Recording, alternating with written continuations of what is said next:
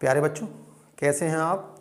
आज बच्चों मैं आपको उत्तल दर्पण के जो मान में आपको डाउट होता है मानों में कि एफ कैसे रखना है, वी कैसे रखना है, यू कैसे रखना है और उसमें एम की वैल्यू कितनी आएगी, प्रकृति कैसे होगी, उसके बारे में बताऊंगा। और एक क्वेश्चन मैंने लिया है और आप उस क्वेश्चन के माध्यम से इन चीज़ों को बड़ी आसानी से समझ लेंगे। तो चलते हैं, मैं आपका समय बर्बाद न करते हुए अपनी वीडियो स्टार्ट करता हूँ। तो देखिए मेरा क्वेश्चन है, एक उत्तल दर्पण की फोकस दूरी 30 सेंटीमीटर एवं प्रतिबिंब से दूरी 20 सेंटीमीटर है, तब वस्तु से दूरी, आवर्धन एवं प्रकृति बताइए।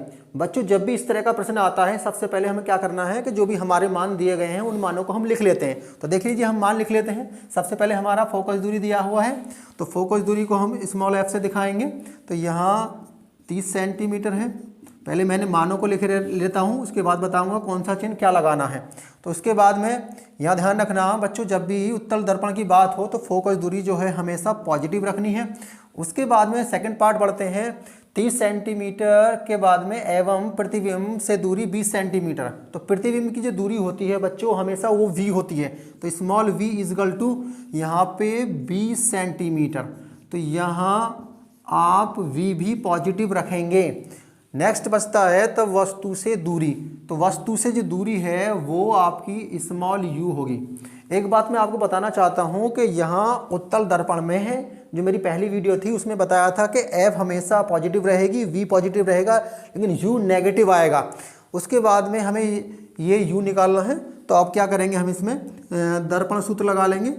दर्पण सूत्र से तो यहाँ लगा देंगे आप 1/f is equal to 1/v plus 1/u।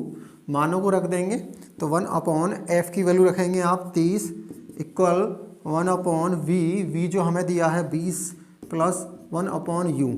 अब हमें u का मान निकालना है, तो आपको करना क्या है, इस 20 को ट्रांसफर कर देंगे इधर लेफ्ट हैंड साइड में। तो 1/30 माइनस 1/20 बराबर 1/u। अब देखते हैं 30 और 20 का जैसे हम लैसे निकालते हैं तो इसका लैसे बच्चों यहाँ 60 आ जाता है। तो करना क्या है, आप 1 गुणा 30 का डिवाइड देंगे, 30 से डिवाइड देंगे 60 में, तो 30 दूनी 60 हो गया। उसके बाद में 1 उतारेंगे, गुणा 20 से भाग देंगे 60 में, ये 3 बार जाता है, 20 या 60 बराबर चल रहा है आपका 1/u। तो यहाँ इसको आगे कर लेंगे, थोड़ा सा गुणा कर लेते हैं, 2 एकम 2 और माइनस 3 एकम 3 बटे 60 बराबर 1/u। इसको लेस कर लेते हैं, लेस करते हैं जैसे ही, तो माइनस के 1/60 बराबर 1/u। अब आपको करना क्या है बच्चों, यहाँ पे क्रॉस मल्टीप्लाई कर देनी है।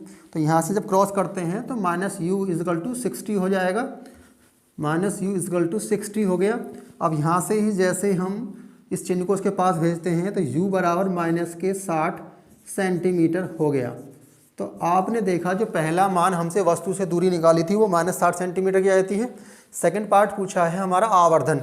तो यहाँ सेकंड पार्ट देख लेते हैं। सेकंड पार्ट में जो है ये बच्चों आपका पहला पार्ट था, सेकंड पार्ट आवर्धन है। आवर्धन को हम दिखाते हैं स्मॉल m से, और m का जो फॉर्मूला होता है बच्चों यहाँ -v/u, -v/u।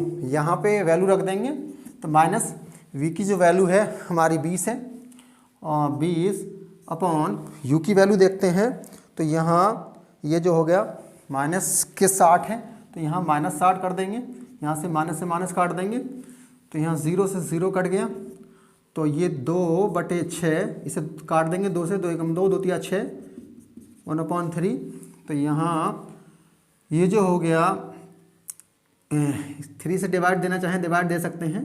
तो 0.339, फिर 1 बचा 3 तिया 9।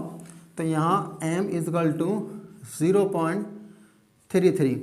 तो यहाँ आपने देखा बच्चों के m जो है 0.33 आया, जो एक पॉजिटिव वैल्यू है, पॉजिटिव वैल्यू है। तो इसका मतलब कंडीशंस जो हो गई हमारा। यहाँ प्रकृति के बारे में बात कर लेते हैं। तो प्रकृति जो इसकी हो जाएगी, जब m पॉजिटिव होगा तो प्रतिबिंब जो होगा बच्चों आपका आभासी कोमा सीधा और वस्तु से छोटा बनेगा।